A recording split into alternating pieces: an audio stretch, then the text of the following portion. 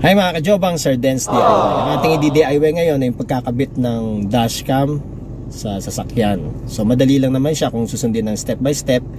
Pero bago yan, mag-intro muna tayo.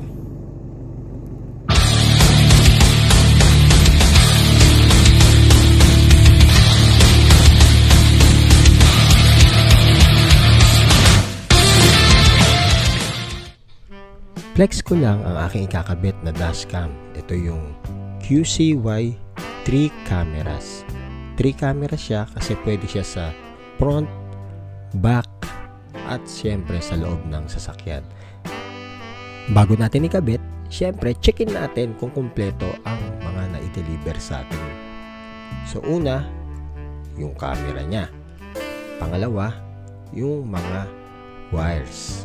So yung mga power cord, tsaka yung mga camera sa likod. So nandyan lahat yan dapat.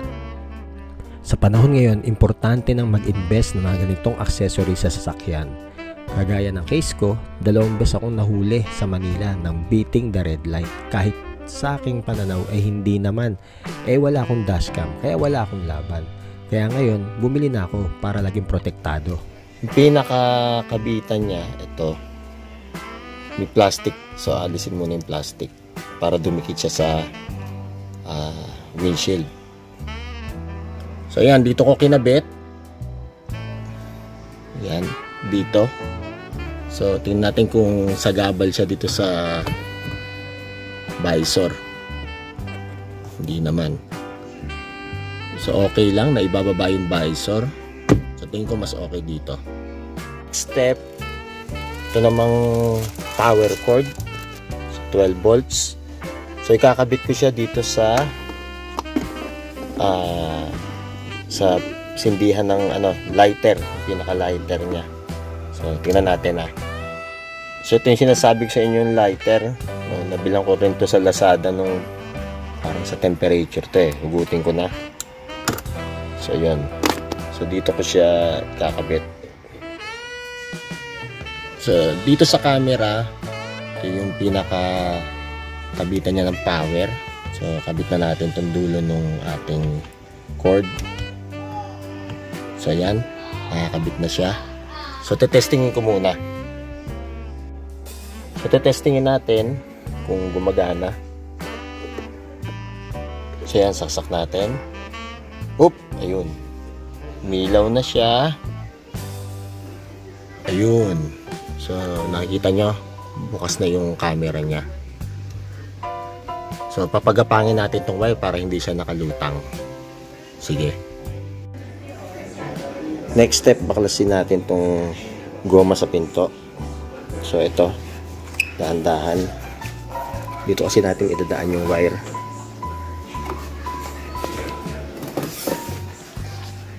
So yung pinaka-goma, dahan-dahan lang. Yan. Tapos babalik natin mamaya. Dito natin idadaan yung wire sa gilid papunta sa likod. Tapos itong pinakaibabaw, yan, aangat lang yan, ganyan, dahan-dahan. So dito natin dadaan yung wire. So yan, pinapasok ko na yung wire. Yan, kailangan siksik, hindi siya lilitaw. Tapos to, ay, malitaw pa tong wire. Teka, yan, ipasok na natin. So kailangan idaan dito papunta sa iharapan. Dito. Yan, so naipasok na yung wire dito sa kanal hanggang dito. So ibabalik ko na tong goma. Yung goma kailangan ibalik.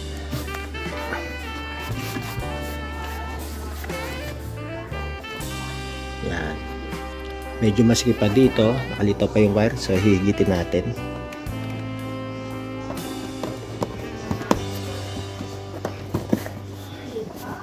Yun, naitago na hanggang dulo. Try natin ibalik tong goma.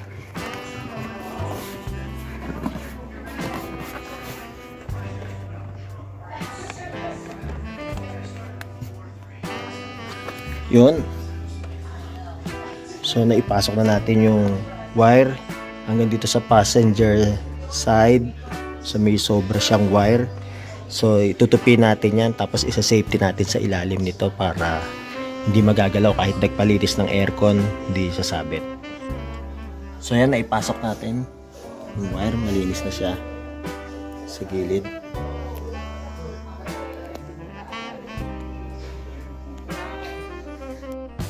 Next step ay kakabit naman natin yung wire ng camera sa likod. So ganun din ang gagawin natin paraan, no?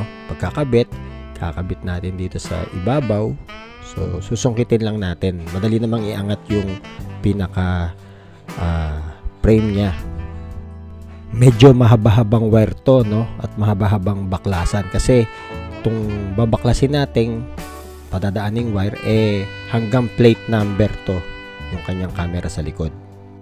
At habang binabaklas natin to, mabalikan ko lang yung kinukwento kanina. Nahuli kasi ako sa Maynila ng beating the red light nung isang taon.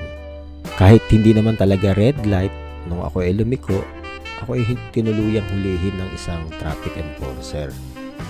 Dahil wala akong dashcam na nakakabit sa aking sasakyan, hindi ko na ma-insist sa kanya na hindi naman talaga beating the red light yung aking ginawa.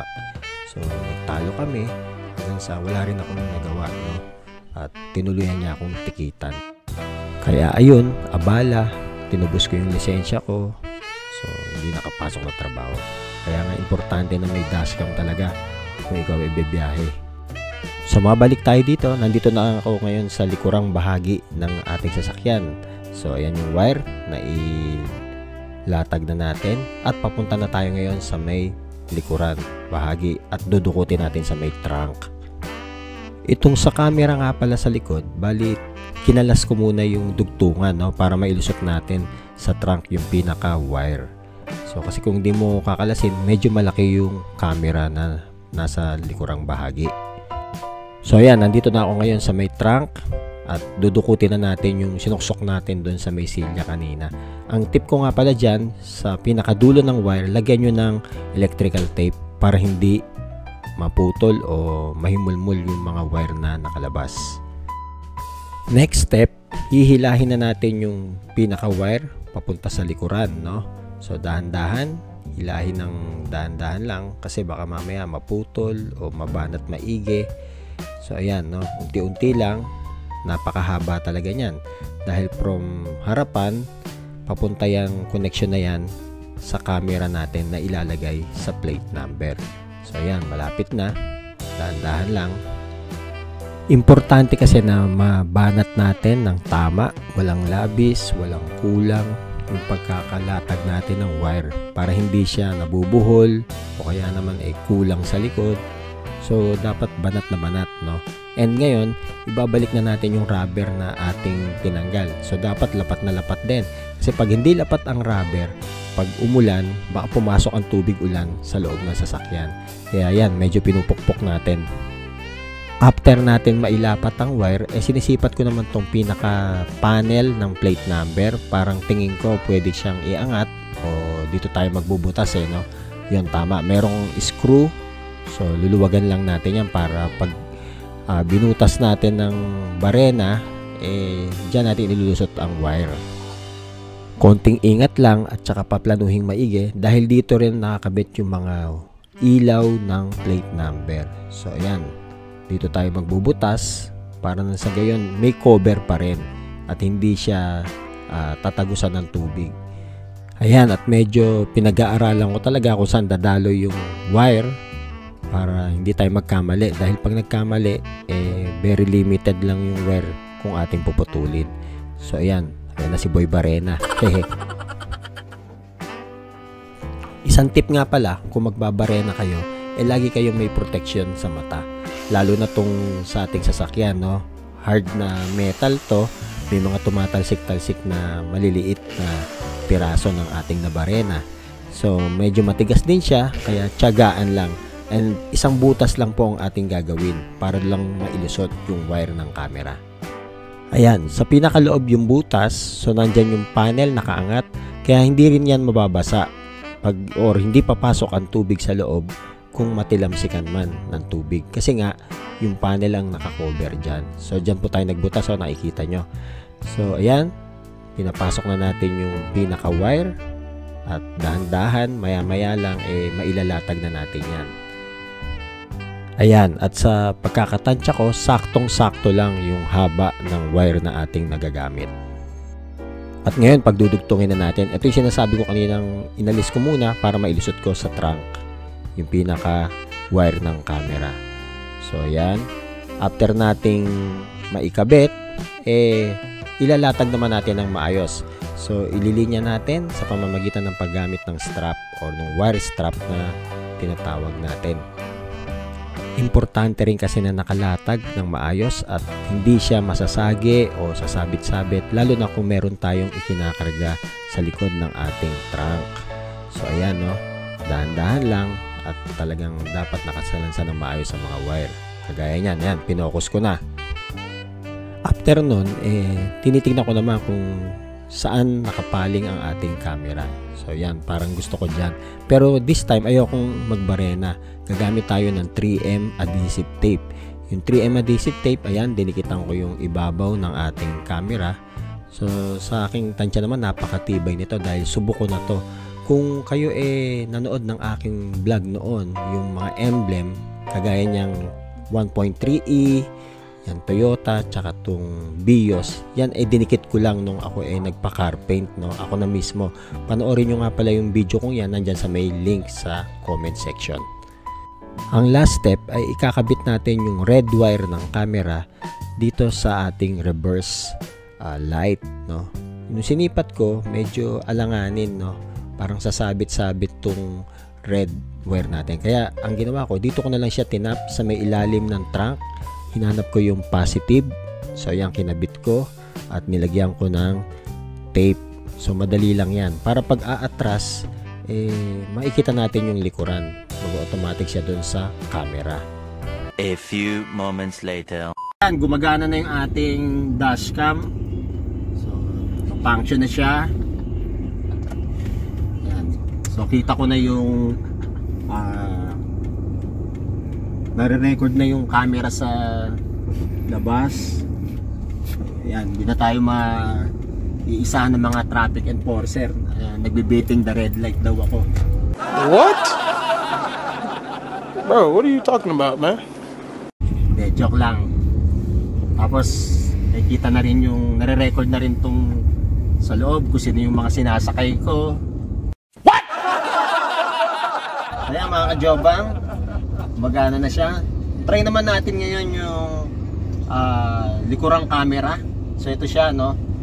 Pag tayo nag-reverse, yan, reverse, ayan, makita nyo nagbago. Lapit mo. So yan, no? Nagbago siya, no? Umaatras. Nakikita ko ngayon yung likuran. So kung hanggang saan yung stop o yung limit, kung gaano kalayo yung ating sasakyan. Kung halimbawa may nakaparada ron do sa green, stop na yon, no? So nakikita nyo. O ngayon, tingnan nyo ha, pag pinorward ko, nagbago. So forward naman tayo, recorded na rin yung sa harapan, sa likod. Again, invite ko kayo ha, kung kayo bago lang sa aking channel, paki-like, subscribe, and hit the notification bell para lagi kayo updated sa aking mga susunod na video. Ako po si Sir Dance DIY na lagi nagsasabing,